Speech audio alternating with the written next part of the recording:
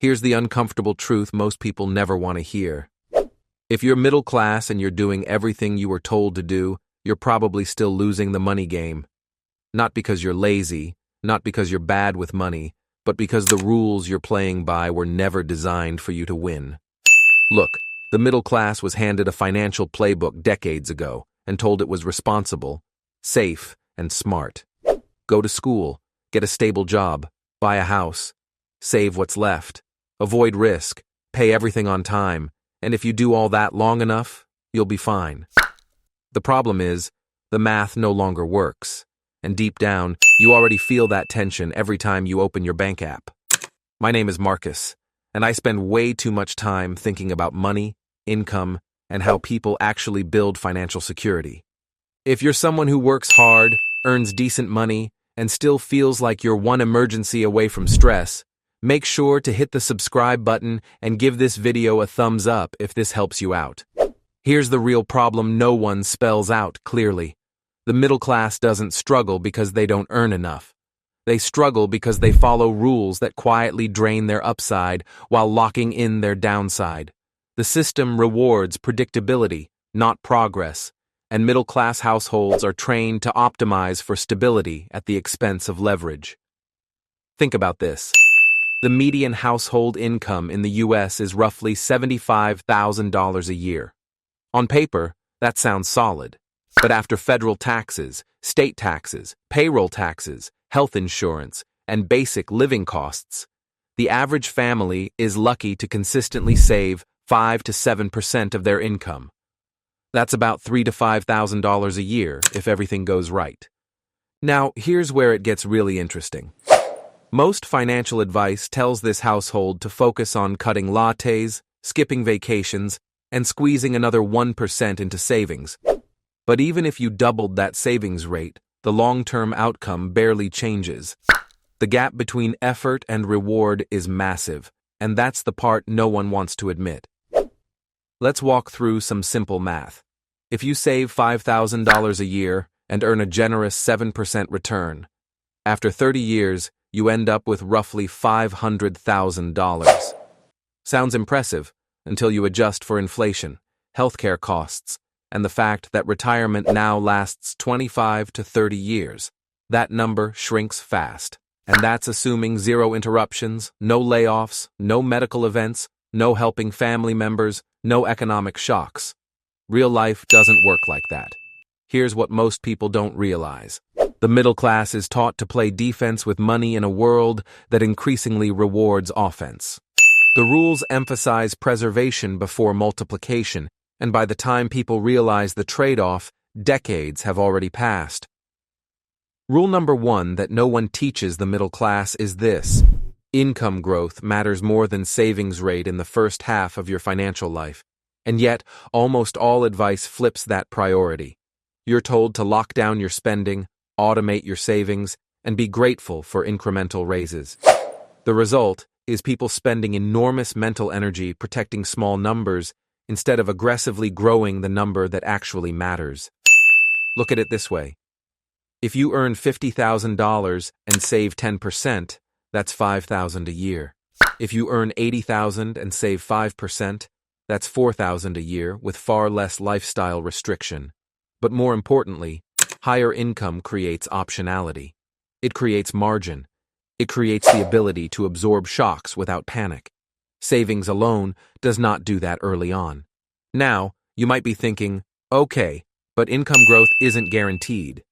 And you're right. But neither is job stability. The illusion is thinking that staying put is somehow safer.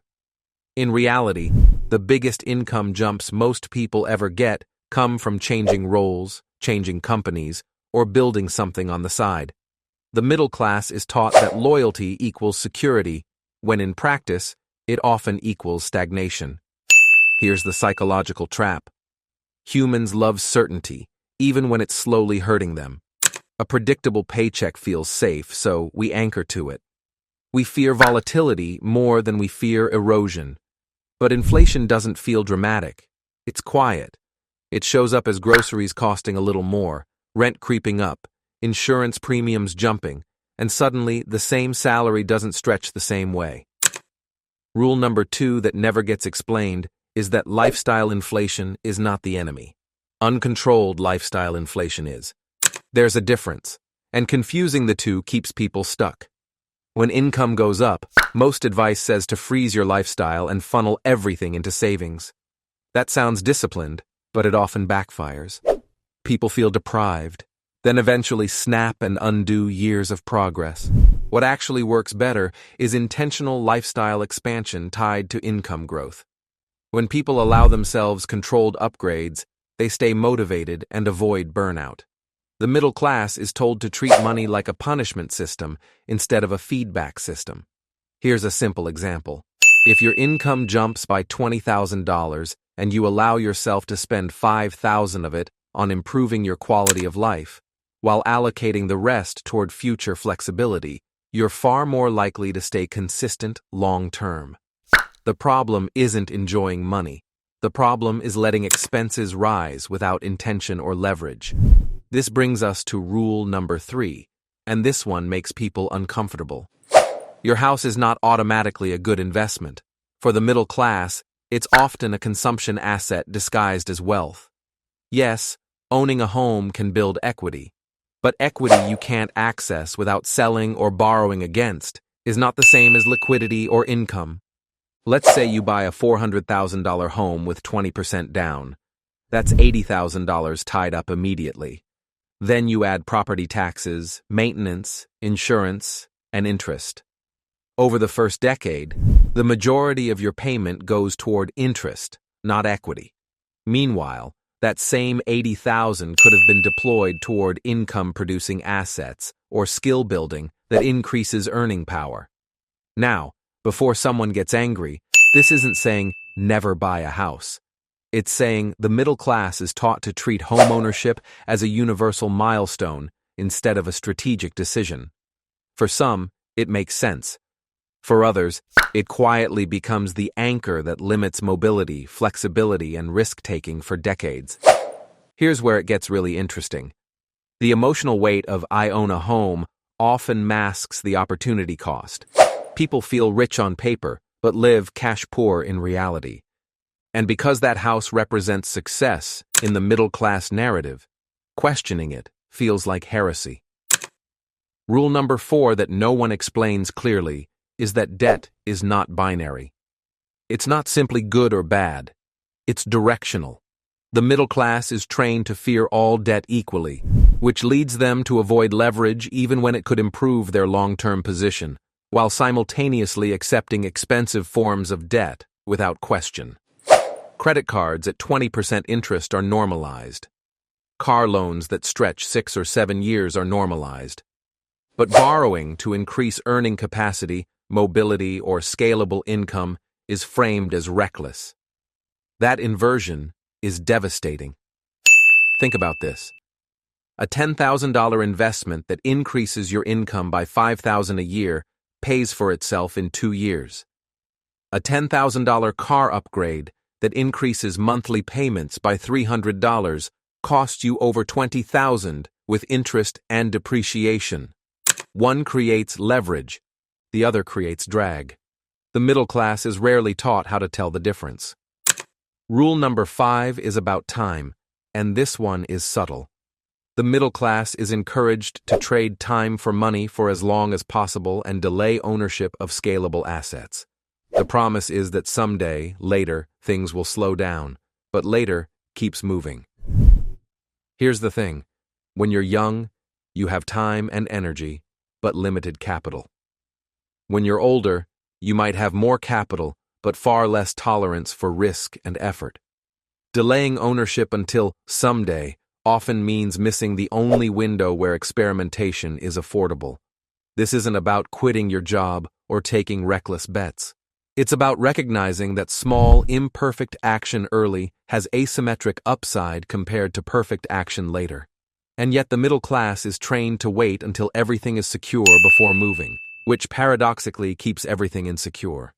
By now, you might be feeling a little unsettled, and that's intentional, because the biggest rule no one teaches the middle class is that financial safety is not created by avoiding mistakes. It's created by building systems that recover quickly when mistakes happen. Most people are playing a game of don't mess up, when the real game is how fast can I adapt. Stability feels like control, but adaptability is what actually protects you over decades. And this is where the most dangerous belief finally shows up. The belief that doing what you're supposed to do guarantees a good outcome. That belief keeps people obedient to rules that no longer match reality. It keeps them patient in situations that require movement, and it keeps them focused on protecting what little they have instead of positioning for what they could build. Because once you see that the middle-class money rules were never designed around upside, but around compliance, it becomes impossible to unsee. And the moment that belief cracks, the next question becomes unavoidable. What replaces it? And that's the moment where most people freeze. Because if the old rules are broken, but you've been following them your entire adult life, the idea of replacing them feels risky, uncomfortable, almost irresponsible. So instead of changing frameworks, people double down on effort. They work harder. They budget tighter. They hope discipline will fix what structure never addressed. Here's what replaces that belief, and this is where it gets really interesting. Financial security for the middle class doesn't come from following a checklist. It comes from building a stack of advantages that compound together, even if each one feels small on its own. The first layer of that stack is optionality. Optionality means having choices when life throws something unexpected at you. And here's the part no one tells you. Optionality is not created by having zero debt or a perfect credit score. It's created by having excess capacity. Excess capacity in income, excess capacity in time, excess capacity in skills. This is why the rule, pay off all debt as fast as possible, can actually hurt some people. Now you might be thinking, hold on, debt is stressful. Isn't getting rid of it the smart move? Sometimes, yes. But sometimes, aggressively eliminating low-interest debt at the expense of building cash flow actually reduces flexibility. If you have a 3% mortgage and $10,000 in savings, wiping out that mortgage faster might feel productive. But if that leaves you with no liquidity and no way to respond to a job loss, that security was an illusion. What matters is not being debt-free. What matters is being shock-resistant. This is where behavior patterns become impossible to ignore. Over and over, you see households with modest debt but strong cash flow weather crises calmly.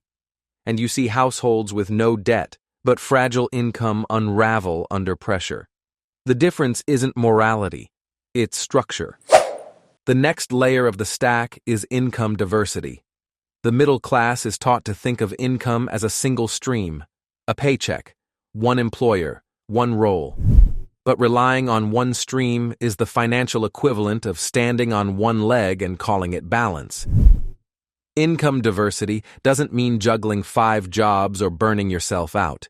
It means intentionally building at least one additional income source that is not perfectly correlated with your main job. Something that earns when your primary income is threatened, or at least has the potential to. Here's a concrete example. If your main job pays $70,000 and you build a side income that brings in $500 a month, that doesn't sound life-changing. But psychologically and structurally, it is. That $6,000 a year can cover emergencies, absorb inflation, or be reinvested into skills or assets. More importantly, it proves to your brain that income is not fixed. This is where a massive belief flip happens. Most people assume confidence comes after security. In reality, security often comes after confidence. Once someone sees that they can create income outside a job, their tolerance for change increases. They negotiate better. They take smarter risks. They stop clinging to roles that underpay them. Now let's talk about rule number 6, because this one quietly determines everything else. The middle class is taught to optimize for efficiency. Fewer mistakes, cleaner decisions, perfect plans. But wealth is built by optimizing for learning speed. Efficiency assumes you already know what works. Learning speed assumes you don't. and that's a much more honest starting point. This is why people who try small experiments early tend to outperform people who wait for certainty. They gather data while others are still debating. Think about investing, careers, or business. The person who starts with a small, imperfect attempt at 25 gains 10 years of feedback before the person who waits until 35 to do it right.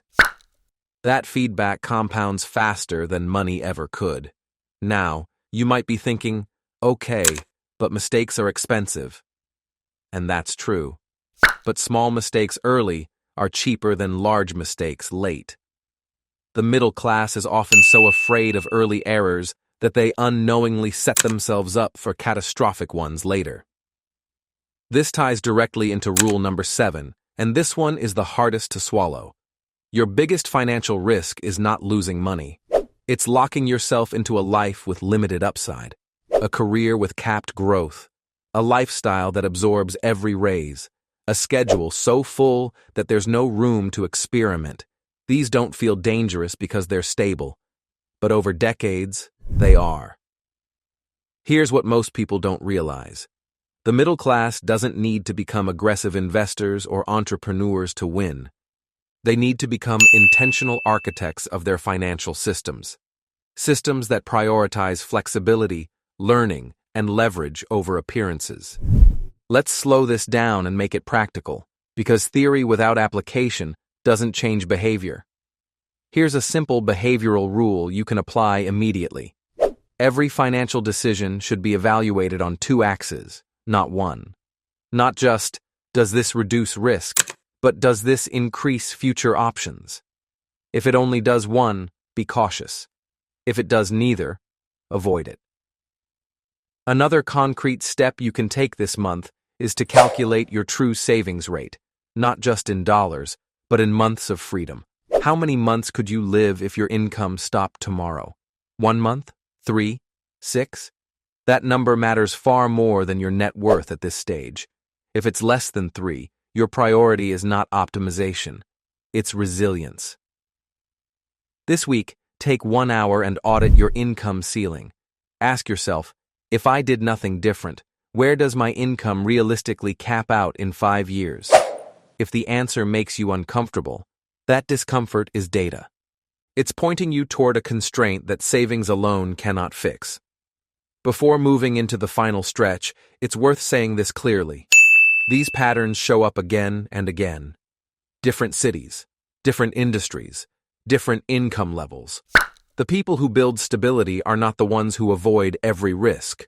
They're the ones who intentionally choose risks with bounded downside and meaningful upside. This is where objections usually show up, so let's address them directly. Some people say, I don't have time for side income or skill building. But time isn't found. It's allocated. And often, the real issue isn't lack of time, it's lack of belief that the effort will pay off. That belief changes once results, even small ones, appear. Others say, I'm not a business person. That's fine. This isn't about identity. It's about capability. You don't need to love money or hustle culture. You just need to accept that the old one-path model no longer matches the world you're in. And then there's the quiet fear most people don't say out loud. What if I try and it doesn't work? That fear keeps people frozen. But here's the truth. If you try and it doesn't work, you're exactly where you started, just with more information. If you don't try, the outcome is guaranteed. The midpoint realization for many people is this. The goal is not to escape the middle class. The goal is to stop playing by rules that were never designed to let you move freely within it. Once you shift from preservation to positioning, everything feels different. Money becomes a tool, not a test of worth. Careers become platforms, not cages. And decisions stop being about looking responsible and start being about being resilient. So here's your practical reset. This week, identify one expense that does nothing to increase future options and reduce it. Not to punish yourself, but to reallocate that money toward flexibility. This month, start one income experiment. no matter how small. $500 a month is enough to change how you see the game, and over the next 90 days, prioritize learning speed over perfection. Take imperfect action, collect feedback, adjust, because the middle class doesn't need more discipline. It needs better rules, rules that acknowledge reality, rules that reward movement, rules that build shock absorption instead of just appearances. And if this reframed how you think about money even a little, hit the like button. Subscribe if you want more conversations that challenge the default financial advice most people blindly follow. And leave a comment answering this question honestly. Which rule did you realize you've been following without ever questioning it? That awareness is where real change actually starts. That's all for today. Thanks for listening, and I'll see you next time.